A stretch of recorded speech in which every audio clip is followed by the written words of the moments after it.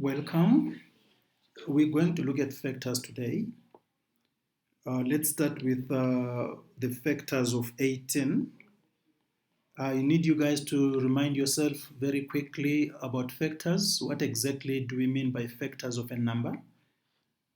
Remember that factors of 18 are all the numbers that can divide into 18. So all the numbers that go into 18 are called factors of 18. So let's write them down. You can use this kind of notation to write down the factors of 18. So f there means factors, and because I want factors of 18, then I'll just write my subscript 18 there. Now the factors of 18 are all the numbers that can divide into 18. The first one is obviously 1. We all know 2 will go into 18. We know that 3 goes into 18 6 times actually. So we know 6 goes into 18 and it actually goes there 3 times.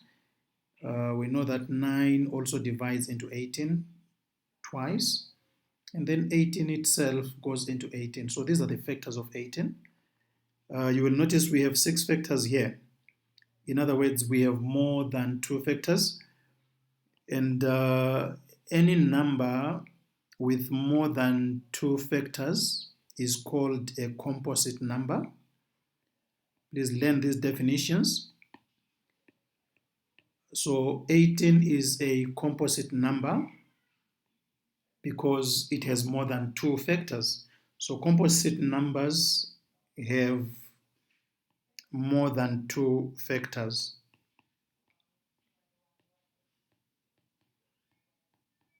And our example is 18, it has 6 factors, so it's composite. Then we have what we call prime numbers. Prime numbers have only 2 factors.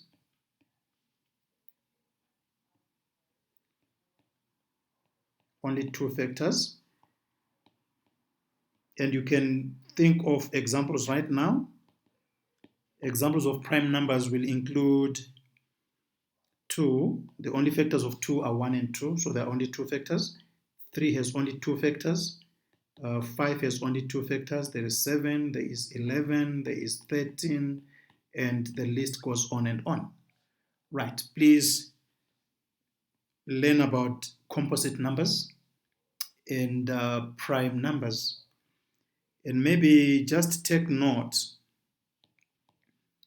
1 is not prime.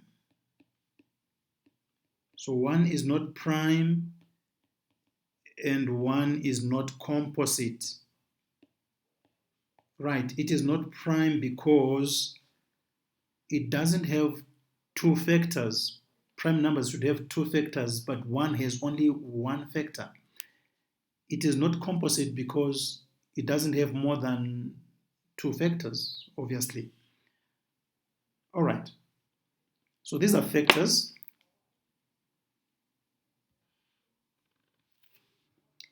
What about decomposing numbers? So we can decompose whole numbers. For example, we can decompose 18 into its prime factors. First of all, we need to remember to decompose a number is to write a number as a product of its prime factors. So it's this means the same as writing 18 as a product. Now, product means we should be multiplying, but we should be multiplying prime numbers.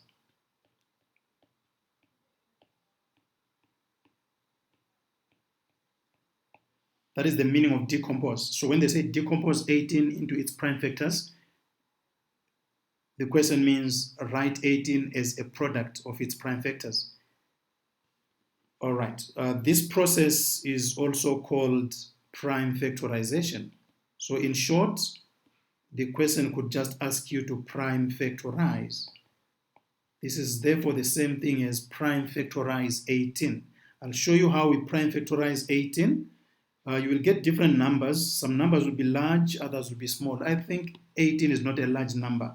So some of you can actually write 18 as a product of its prime factors without showing any working. You will not lose any marks for that. but you will get big numbers, and there's no way you can just take that from your head. So if you know, because 18 is a small number, and you know that 18 actually means 2 multiplied by 3 multiplied by 3, that's fine. It's a small number, and this is what we mean by prime factorizing 18. So 18 can be written as 2 times 3 times 3. That is called prime factorization. But I want to show you a method in case you get a big number. So the method I want to start with is what we call the ladder method. All right. The ladder method works like this. You draw that kind of column there. Then you are looking for prime factors of 18. So you are going to be dividing 18 by its prime factors. The first prime factor of 18 is 2. And 2 divides into 18 or goes into 18 exactly 9 times. The next prime factor that goes into 9, that should be 3. And 3 goes into 9 3 times. And then 3 goes into 3 once. So you do this until you end with a 1. And you don't leave your answer like this. Your answer should be written as a product. So those prime factors that you got here must then be written as a product. So it's 2 multiplied by 3 multiplied by 3. If you want, 3 times 3 means 3 squared, so you can write that as 3 squared. So that is one way of prime factorizing, especially when your numbers are large. Some people prefer this method. Some people will write 18 here and then do this. First you divide by 2. 2 divides into 18 and it goes 9 times. Then 3 now. 3 into 9 goes 3 times. Then you can divide by 3. 3 into 3 will be 1. Okay. Like that. And then you can write your answer like that. Right. I want us to look at a method that we can use to determine whether a number is a factor of another number. For instance, is 36 a factor of 216? If you were free to use your calculator, you would actually take your calculator and divide 216 by 36. If you don't get commas or decimal fractions, then you know that 36 is a factor of 216.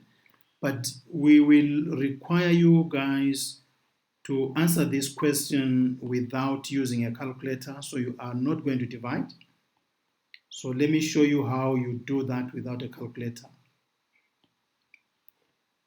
We're going to use the method of prime factorization. Please take notes of the heading, determining whether a number is a factor of another number.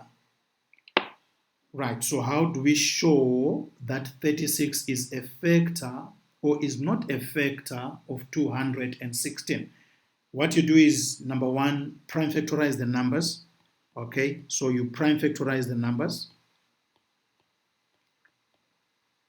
So let's do that first. Let's prime factorize these numbers.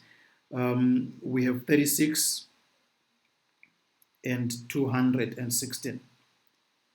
So I can divide by 2, I'll get 18. Divide by 2 again, I'll get 9. Divide by 3, I'll get 3. Divide by 3, I'll get 1.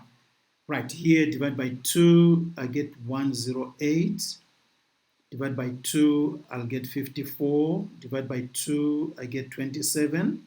Divide by 3, we get 9. Divide by 3 again, we get 3. Then divide by 3, we get 1.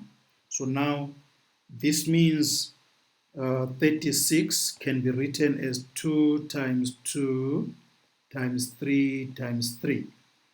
Remember, if you want, you can write this as 2 squared multiplied by 3 squared. So I've prime factorized 36. Now I'll prime factorize 216. That one is 2 multiplied by 2 times 2 times 3 times 3 times 3, which can be written as 2 cubed multiplied by 3 cubed. So now, how do I use this to tell or to determine that 36 is a factor of 216 or not? So what I do is I look at all the prime factors of 36, all of them, and ask myself whether those prime factors of 36 are also factors of 216. So all the factors of 36 should be factors of 216 in order for 36 to be a factor of 216. This is what I mean. If you look at this, I've got a 2 here and I've got a 2 there, so they match. I've got a 2 here and I've got a 2 there. So now, do you see that all the factors of all the 2's for 36 are actually also factors of 216? You can look at it this way.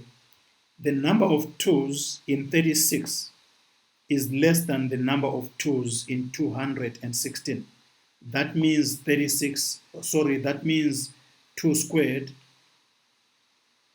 is found in 216.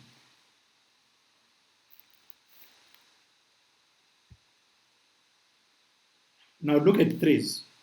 We've got a 3 here and we've got a 3 there. There are 2 3's in 36 and there are 3 3's in 216. So the number of 3's in 36 is less than the number of 3's in 216. All right. So to summarize this, we are saying the number of 2's and 3's in 36 is smaller than the number